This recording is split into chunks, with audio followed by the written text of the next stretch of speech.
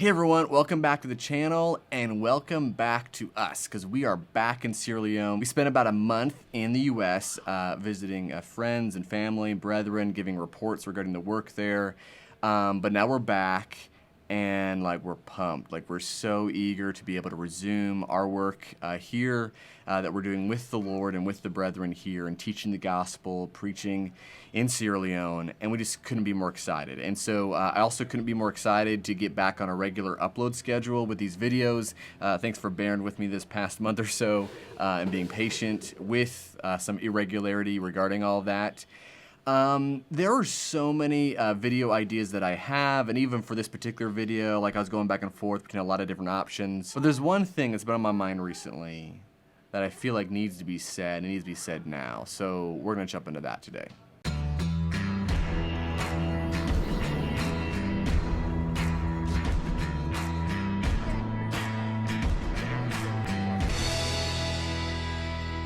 And so this video actually is inspired by the abundance of love and appreciation and the expressed gratitude that was sent our way during our trip to the US. And so everywhere we went, we visited Indiana, Alabama, Nashville, El Paso, Massachusetts, perhaps several other places I'm overlooking right now.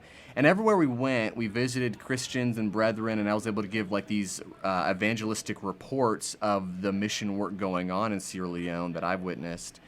And during these encounters, there was just an abundance, an overflowing amount of just encouragement that was being sent our way through words, through notes, through letters, through emails, through phone calls, through private meetups, just people thanking us for the sacrifice that we've made and are making in order to live abroad and do this kind of work. And all of that is an amazing, tremendous blessing to us. And we are not so stable and mature in our faith and in our work that those words aren't needed or aren't necessary. They are super needed.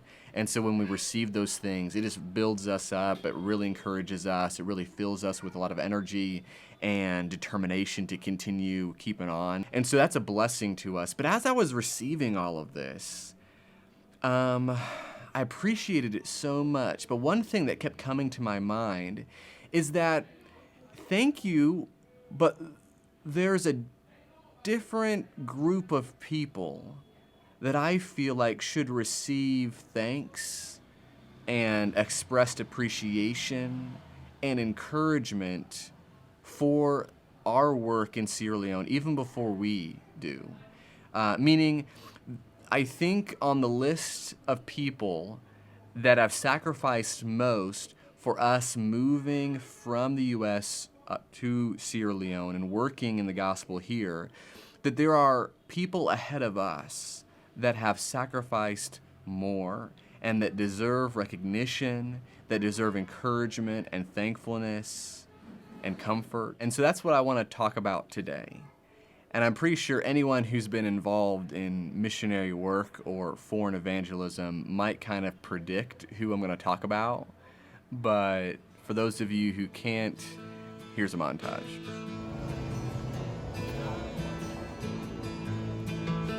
Yeah, it'll be okay.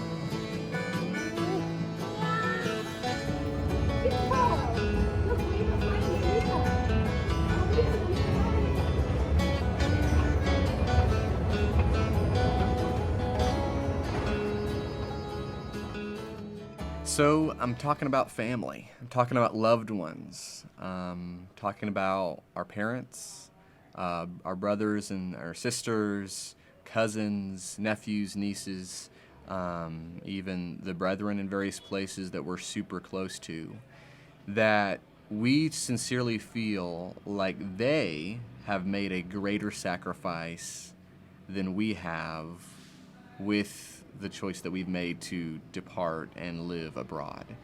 And what I mean by that is, even though we feel that sting of separation from loved ones, and that's a painful thing for us, and it's not something that is pleasant. However, it's easier for us than I think is for them, and for a couple of different reasons. One of those reasons is that when we feel the sting of departure, we are also able to see the fruit of our choice to live and preach abroad. Meaning the people, the faces, the individuals, the men and women that are benefiting from us living in Sierra Leone, like we know their names and we're friends with them, we're best friends with them, and we're able to see the fruit of those choices and decisions.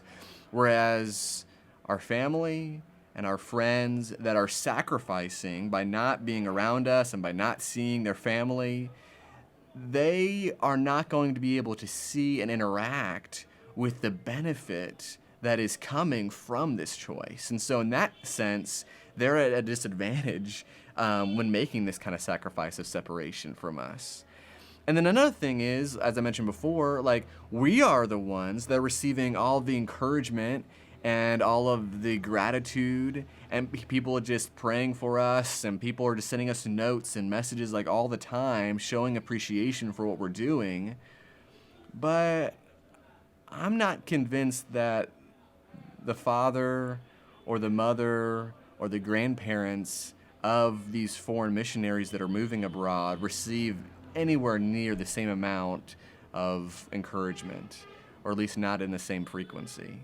And so this makes it harder, I think, for those that are left behind, as it were. And just to maybe avoid being vague about who we're talking about here, we have 2 daughters that live with us here in Sierra Leone, and both of them have sets of grandparents on both sides. And this decision that our family has made to live in a foreign country, away from family, will mean that those grandparents will not be able to see their grandkids at the frequency that they would want. And just to break that down, just for example, all of our kids' grandparents, except for Romy, who was here for the birth of Epaphra, during this visit to the U.S. was the first time that they were able to meet Epaphra, who's now 4 months old, and hold her and play with her. But we left, and we're back here in Sierra Leone, and it's probable that the next time that those grandparents will be able to see Epaphra again, she'll have hair that comes down to her shoulders, and she'll be walking and maybe even running, and she'll be speaking in 2 and 3 word sentences.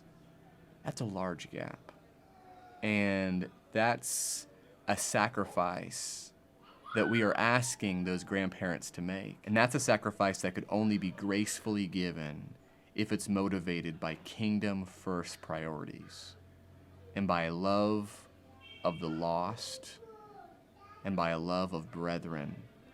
Not just brethren in their social circle, but brethren and the lost that these family members of ours and these loved ones of ours will maybe never see and never meet, but yet they're willing to sacrifice the closeness and the close proximity with their family members in order to assist and serve them in an indirect way. And that's incredible. I mean, just for my sake, I think with my daughters, I'm obviously around my daughters every day, and the thought of there being some future period where I'm only able to see Eden and Epaphra once a year, once every 2 years, or that I would only be around the children of my daughters, my grandkids, once every year, once every 2 years, is just a reality that to me is just incredibly hard to even consider and fathom. And I'm sure I don't even understand that to the extent that we're asking our parents to endure. So this video is really for those loved ones.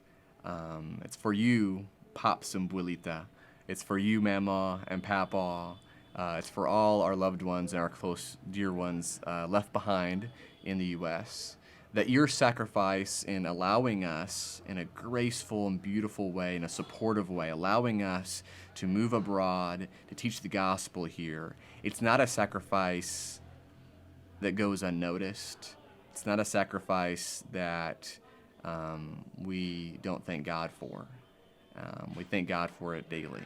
But if you're not one of my close family members or loved ones, maybe this video can help create and stir up an awareness and an increased appreciation, not only for the missionaries or for the evangelists and those families that are moving abroad for kingdom reasons, but maybe the next time that you come across and you meet a brother or sister, an aunt or uncle, or a mom or dad of an evangelist or a family that's living abroad, maybe you can give them a hug around the neck. Or maybe you can express to them your appreciation for their work and their sacrifice in God's kingdom. Because that might not be something they hear very often. But they deserve to hear it. They deserve to hear it a lot. And their sacrifice should inspire the rest of us. All right, guys, thanks so much for watching. I can't wait for what's in store in the coming months on this channel. I have a lot of things to show you guys, a lot of things to share with you guys. Thanks for sticking along on the journey. Talk to you next time.